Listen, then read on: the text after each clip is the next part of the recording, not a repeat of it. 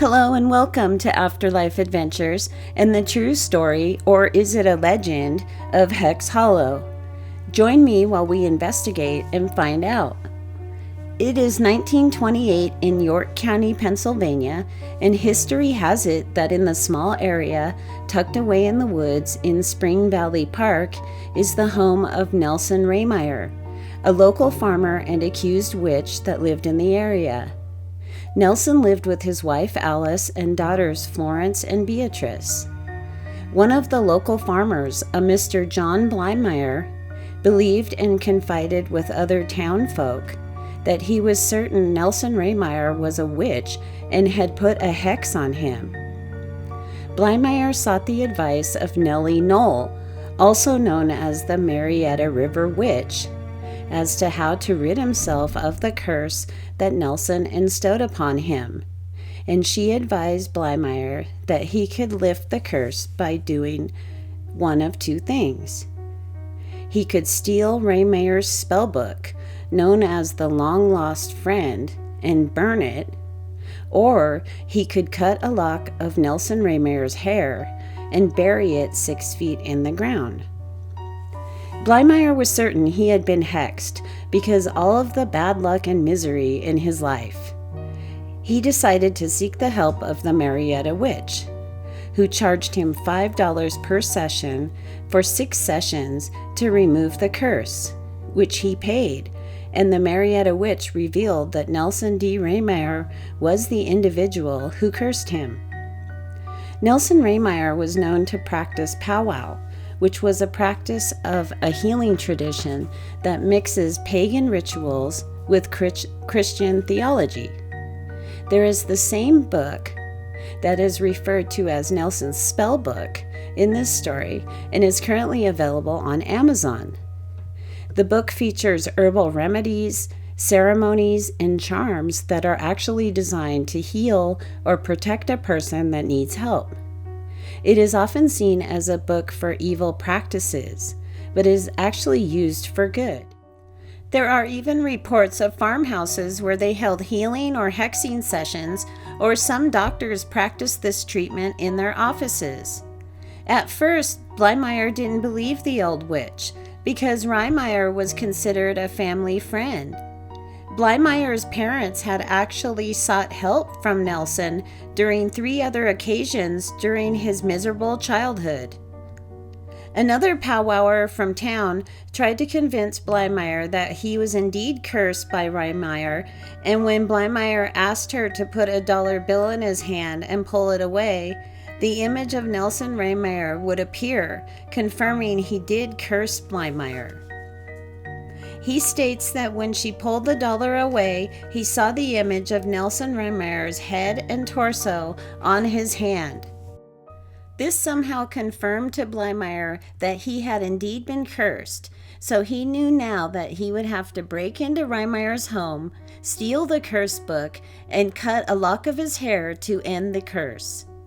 Blymeyer knew that this would not be an easy task, because the 6'2" Rehmeyer, who was 60 and in great health, would put up a fight and not give up his spellbook so easily. Blymeyer had to make a plan, so he enlisted 2 other men, John Curry, who was 14 at the time, and Wilbert Hess, who was 18. Blymeyer convinced the 2 boys that Rehmeyer had hexed them as well. Nearly 3 months later, on November 27, 1928, Blymeyer and his 2 accomplices rode over to Rehmeyer's farmhouse located in Stewartstown, Pennsylvania. It was Thanksgiving and there was a full moon that night. The 3 men were armed with sticks and over 25 feet of rope. They went to Rehmeyer's house and demanded the witch to hand over his spellbook. Rehmeyer refused to surrender the book, so the men tied him to a chair in his own kitchen, and the 3 men proceeded to beat and strangle Rehmeyer until he was deceased. They then tried to cover up their crime by dousing Rehmeyer's body with lamp oil and setting his house on fire. Somehow the flames did not spread, and there was enough of Rehmeyer's body left to convict all 3 men. A neighbor discovered the charred remains of Rehmeyer's body 2 days later. A lot of the neighbors were superstitious about the way the fire did not consume the old wooden farmhouse, and that there must have been occult forces at work because the kitchen clock had stopped at 12:01 a.m. The 3 men were tracked down by authorities shortly after, and Rehmeyer claimed that he was finally at peace because Rehmeyer's death had lifted the curse. The proceeding was known as the York Witch Trials, which began on January 9, 1929.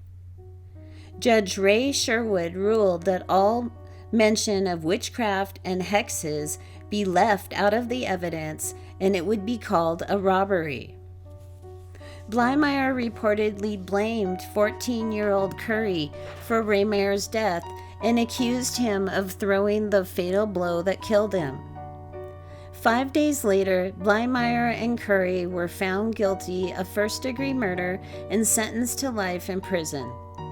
Hest received second-degree murder charges and was sentenced to 10 to 20 years in prison. Rehmeyer and Curry were both paroled in 1939 and Rehmeyer in 1953. All 3 returned to York County. Rehmeyer's great-grandson now owns the farmhouse, and it's now known as Hex Hollow. He welcomes visitors to inspect the charred floors, now covered with plexiglass, and the clock remains at 12:01. Tales of the paranormal are still heard about the house. Stories of a dog with red glowing eyes being seen in trees near the home, and others have claimed to see UFOs in the area. Let me know in the comments below if you think the Pow Wow book is really a spell book, and also let me know what you think of the Hex Hollow story.